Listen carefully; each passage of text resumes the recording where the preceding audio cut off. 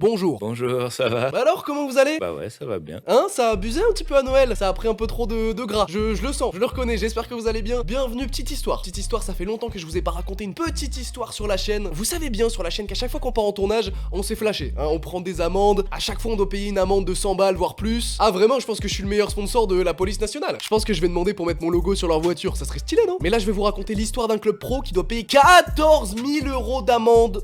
C'est cher, un peu. Ah là, on est plus sur des amendes de zoulette à 100 balles, hein. Pour faire cette vidéo, je m'appuie sur un article qui a été publié sur le site de la Ligue nationale de volley très récemment, puisque c'est sorti le 21 décembre. Parce que oui, du coup, c'est une histoire qui concerne plusieurs clubs pro de volley. Et d'ailleurs, si vous découvrez la chaîne avec cette vidéo, abonnez-vous. C'est gratos, ça fait plaisir, ça permet d'aller chercher des marques qui vont payer bien plus cher pour faire des vidéos. Moi, j'adore l'argent. Mais c'est un truc qui a déjà eu lieu dans d'autres sports, donc installez-vous confortablement, prenez des petits popcorn, je sais pas, mangez un petit truc. Je vous explique tout ça. Je vais vraiment faire très simple parce que j'ai pas envie de vous casser le crâne, rassurez-vous. Mais il faut que vous sachiez un truc, tous les clubs pro, chaque année, ont l'obligation de fournir plein de trucs, dont des trucs dont j'ai pas connaissance, et je vais pas faire des recherches, hein. Je suis youtubeur, donc forcément, faudrait pas abuser non plus, mais ils doivent aussi chaque année fournir un budget. Pour faire très simple, en gros, ils présentent leurs dépenses, leurs recettes, leurs finances, et chaque année, en gros, en avril-mai, ils doivent présenter un budget, et ce budget-là, ça leur permet de prétendre à une certaine masse salariale pour payer les joueurs, le staff, etc. Et ça, c'est super important parce que c'est cette masse salariale-là qui va permettre d'aller recruter des joueurs, etc., et de savoir combien on peut payer les joueurs, tout simplement. Ça leur permet du coup de faire leur recrutement pour la saison qui arrive en septembre-octobre, en gros. Et derrière, une fois que la saison a commencé, vers octobre-novembre, il y a des organismes qui sont chargés de contrôler, en gros, que les budgets qui ont été donnés étaient bien les bons. Et des fois,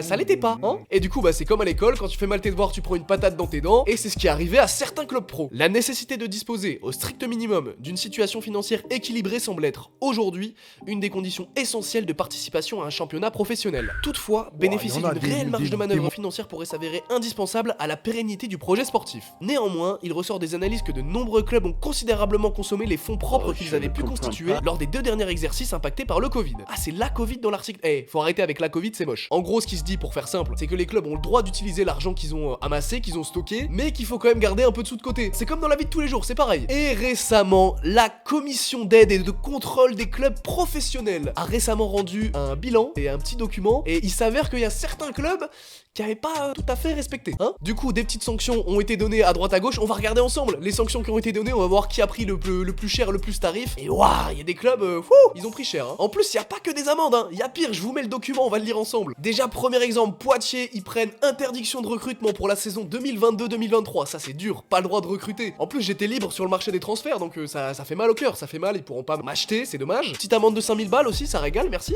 Je vais pas vous faire tous les clubs, ce serait trop long. Si vous voulez voir en détail, je vous mets l'article dans la description. Ah, il y en a qui ont pris cher dans le championnat de France. Il y a Nice par exemple. Alors Nice, Nice c'est catastrophique. Nice, le budget de masse salariale est revu à la baisse pour la saison 2022-2023. Le club est partiellement interdit de recrutement pour 2022-2023. Le club est pénalisé de 2 points au classement, donc ils enlèvent 2 points au classement général. Et la mesure la plus dure, rétrogradation administrative. Alors ça pique. Alors qu'est-ce que ça veut dire? Ça veut dire que techniquement, la saison prochaine, Nice qui sont en première division pourrait être rétrogradé en 2e division, voire en élite. Donc élite, pour ceux qui connaissent pas, c'est la 3e div du championnat de France de volley.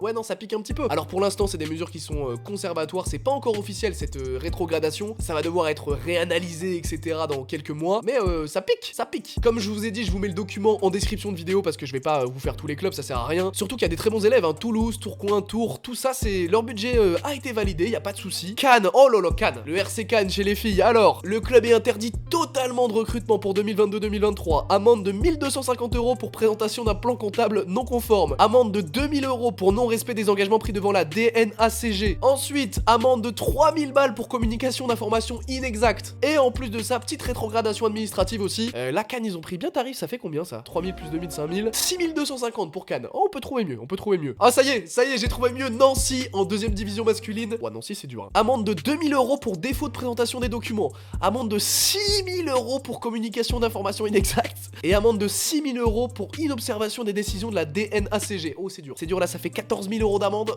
Nancy, on va faire une cagnotte litchi.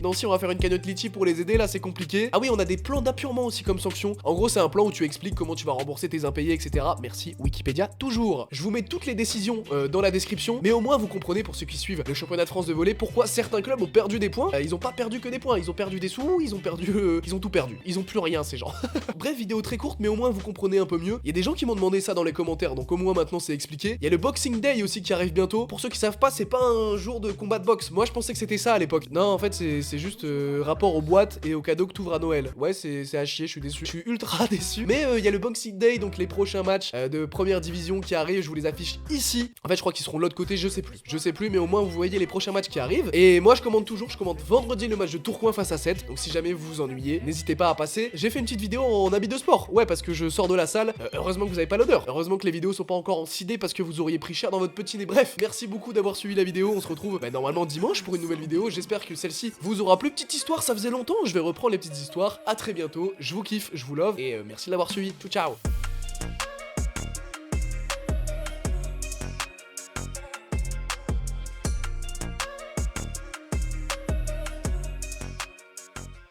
Situation financière équilibrée, d'une situation financière équilibrée, la nécessité de disposer, j'arrive pas à dire ce mot là, putain, équilibré.